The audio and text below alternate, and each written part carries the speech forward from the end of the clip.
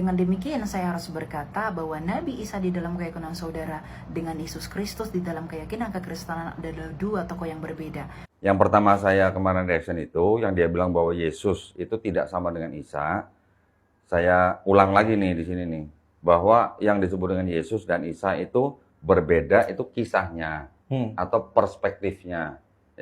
Perspektif Kristen mengenai Yesus begini, lahirnya begini.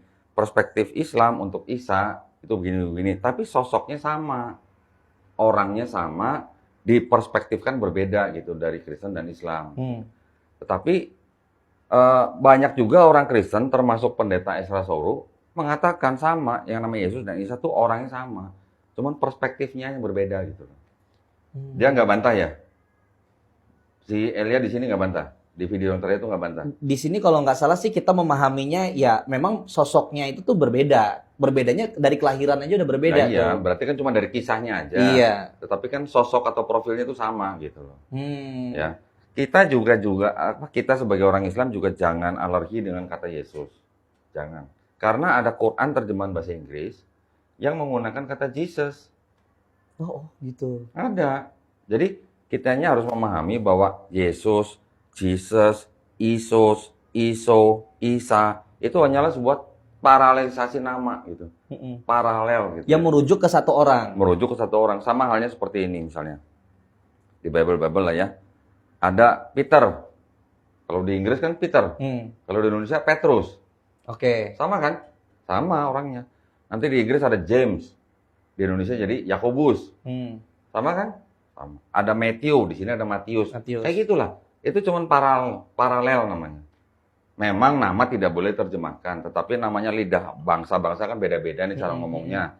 Itu namanya disebut dengan paralelisasi nama. Jadi orang yang membaca Isa atau Yesus atau Jesus itu sebenarnya merujuk kepada satu sosok yang sama, cuman dipandang berbeda oleh dua pihak yang berbeda. Dan dengan latar belakang cerita yang berbeda. Iya, itu kan berarti kan perspektif. Gitu. Perspektifnya yang berbeda, sosoknya sama. Gitu. Nah kalau Elia bilang Yesus bukan Isa, dia hanya berdasarkan kisah yang berbeda. Dia hanya berdasarkan perspektif yang berbeda. Dia nggak tahu ada yang namanya nama itu bisa paralel. Gitu. Bisa nggak dijelaskan satu aja contoh yang membuat argumentasi Kodondi bahwasannya Yesus dengan Isa ini sebenarnya sosoknya sama. Jadi Bible ini tadi. Dari sini aja kan udah kelihatan. Ini Bible-nya orang Kristen menggunakan nama Isa Al-Masih. Kenapa? Berarti dia tahu bahwa Isa Al-Masih yang dimaksud ini Yesus Kristus gitu. Ada Bible-nya yang lain, ada lagi nggak ya? Ada gua lagi nggak? Nggak ada ya? Nggak ada. Yang TB, itu tuh. Nah itu tuh, sini. Ini sama-sama LAI nih. Ini LAI, ini juga LAI nih ya. Yang tadi di sini Isa Al-Masih kan? Yang di sini Matius nih. Bisa di-shoot nggak? Daftar nenek moyang siapa? Yesus Kristus. Yesus Kristus. Oke.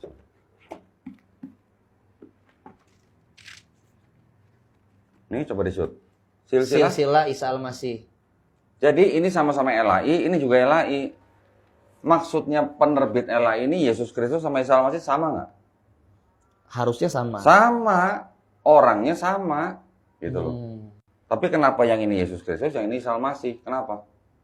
Kurang tahu. Yang ini disebarin ke orang-orang Muslim. Oh, emang begitu kok? Iya. Belum pernah ngeliat videonya? Belum. Ada videonya yang orang-orang Kristen, misionaris, menyebarkan ini kepada kampung-kampung Muslim.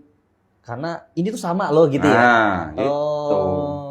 Kalau untuk penginjilan, misionaris akan bilang Yesus dan Isa Al-Masih sama. Tapi kalau untuk apologetika model Elia itu, dia akan bilang Yesus dan Isa beda. Gitu. Tapi dia bilang bedanya hanya dari kisahnya yang beda. Orangnya beda karena kisahnya beda. Tapi dia nggak tahu dua Bible yang sama-sama diterbitkan oleh LAI, yang satu Yesus Kristus, yang satu Isa Al-Masih. Kenapa? Yang ini untuk penginjilan. Yang ini untuk orang Kristen. Paham Masuk ya? akal, paham. Paham ya? Paham. Saya juga punya Bible yang udah lama, yang udah kuno, bahkan dari yang terbitan berapa ya? 1916. Hampir udah 100 tahun dong berarti Indonesia ya. belum merdeka tuh waktu itu ya. Iya dong. Terjemahan Klinkert Mm-mm. dalam bahasa Melayu rendah sama, dia juga nulisnya Isa Al-Masih. Itu berpengaruh nggak sih dengan wacana kenaikan Isa Al-Masih diubah menjadi kenaikan Yesus Kristus? Kalau yang kemarin ada perubahan kalender Mm-mm. yang dari Isa Al-Masih menjadi Yesus Kristus, itu yang saya dengar itu adalah permintaan dari kalangan Kristen. Oke, biar benar-benar berbeda lah gitu ya. Tetapi gerejanya mereka juga ada yang gereja namanya gereja Isa Al-Masih. Iya. Masih ada kan? Masih ada. Bible-nya juga masih ada yang menggunakan kata-kata Isa Al-Masih. Dan nggak cuma satu loh, ya. Bukan cuma satu Bible yang pakai Isa Al-Masih. Banyak, saya punya di studio. Boleh tuh nanti ditunjukin tuh kalau Boleh. misalnya bertemu dengan Boleh. Mas Elia. Kalau bertemu di debat maksudnya. Iya. Gue bawa semua. Kemarin juga bawa 2 koper, sampai koper gue pecah. Wah, iya. Kemarin sekali sih kita bawa, waduh, ini mau naruh di mana nih displaynya nih ya? Kayak jadi nggak ada brand gitu. Nah, Ntar kalau bawa Bible yang putih lagi lu grogi lagi. waduh, itu Yang pelangi. komentarnya banyak kalau masalah yang pelangi kok jangan deh kok.